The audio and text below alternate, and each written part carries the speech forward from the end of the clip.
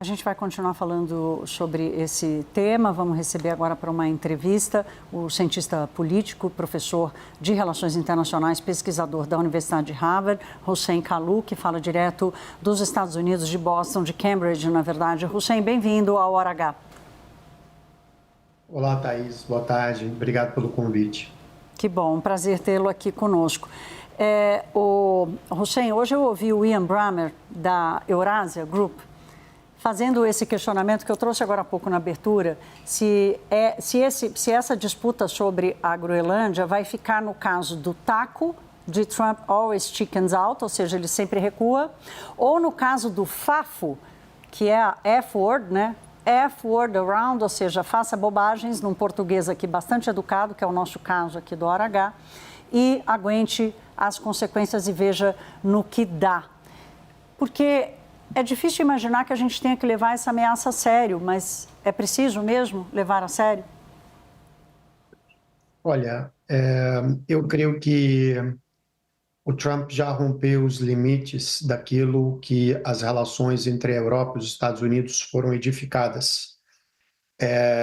O Trump está disposto a comprometer a solidez e a respeitabilidade e o equilíbrio das relações entre a Europa e os Estados Unidos. O Trump está colocando a Europa de joelhos. O Trump está colocando o equilíbrio das relações transatlânticas na corda bamba e está disposto a jogá-las na lata de lixo. Né? Eu acho que o movimento dos países europeus para enviarem tropas para a Groenlândia é uma parte de uma reafirmação da soberania europeia em apoio à Dinamarca e uma parte de reafirmação da autodeterminação europeia. O processo de retaliação que o Trump aplica à Europa é uma fórmula descompassada com que reza o espírito da relação entre Europa e os Estados Unidos. O fato é que o Trump não precisa nem anexar a Groenlândia, se a questão é puramente securitária, ele não precisa anexar a Groenlândia. Se a questão é puramente a defesa dos interesses dos Estados Unidos no hemisfério ocidental, de ameaças da China e da Rússia, ele não precisa anexar a Groenlândia. Os Estados Unidos possuem um tratado com a Dinamarca, e esse tratado com a Dinamarca previa o estabelecimento de bases militares americanas durante a Guerra Fria.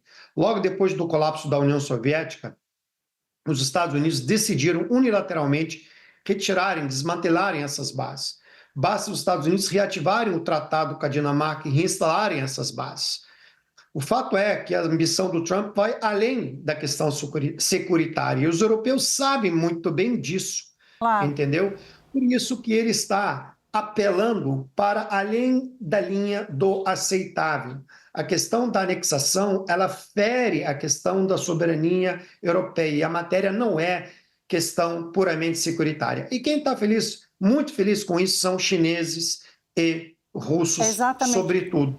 É exatamente sobre isso que eu quero te perguntar, Hussein, que é o outro contraponto que eu queria fazer, né? Porque o que o Trump está promovendo é um enfraquecimento real, perceptivo, porque eu não sei nem se há modelo na ciência política, na ciência das relações internacionais, se em algum momento vocês ali num risco de cauda, vocês resolveram desenvolver um modelo de risco em que esse cenário virasse realidade.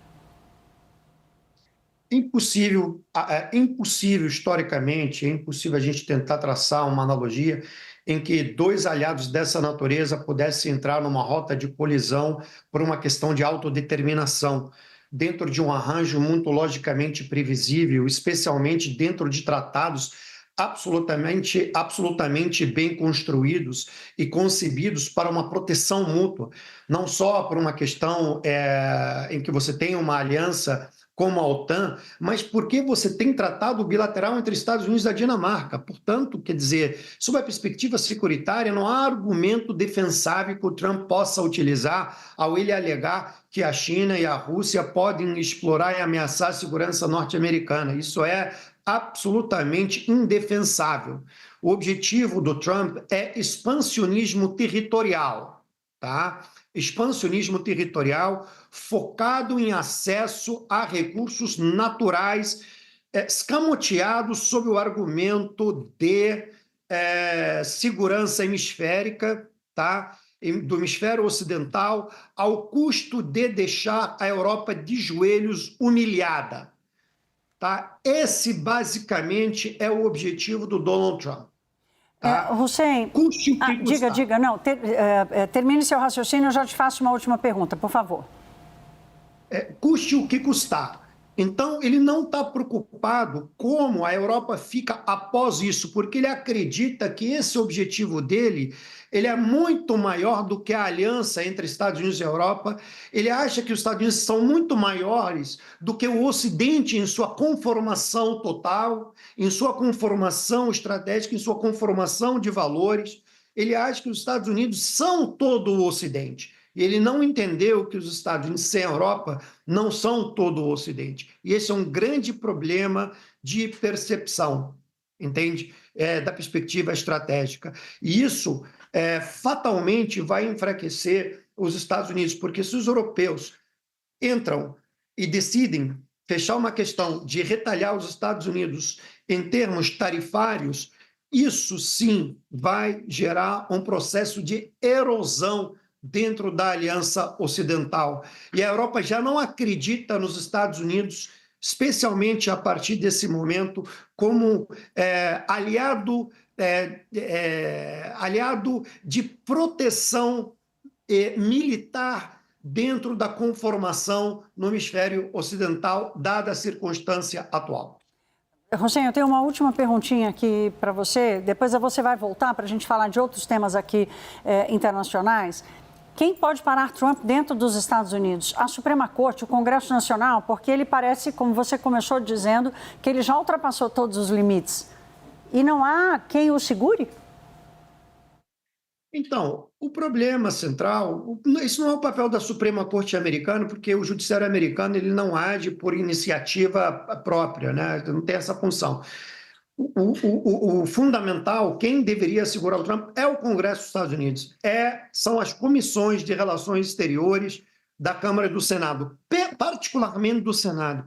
E aí, nesse caso, há uma inércia muito grande. O Congresso americano está acovardado, está inerte, está totalmente, digamos, dominado e acuado pelo governo Trump e pela Casa Branca, de forma que ele está totalmente imobilizado, sem capacidade de reação. E mais, como parte dos parlamentares são vinculadas ao lobby de grandes empresas, o Trump está colocando essas empresas para pressionar boa parte desses políticos para que não reajam e não consigam defender o interesse nacional estratégico dos Estados Unidos dentro do equilíbrio do hemisfério ocidental. Portanto, o Trump está conseguindo ter a capacidade de imobilizar totalmente a Comissão de Relações Exteriores e o Congresso americano de reagir a um processo que está colapsando a doutrina da política externa dos Estados Unidos no contexto internacional.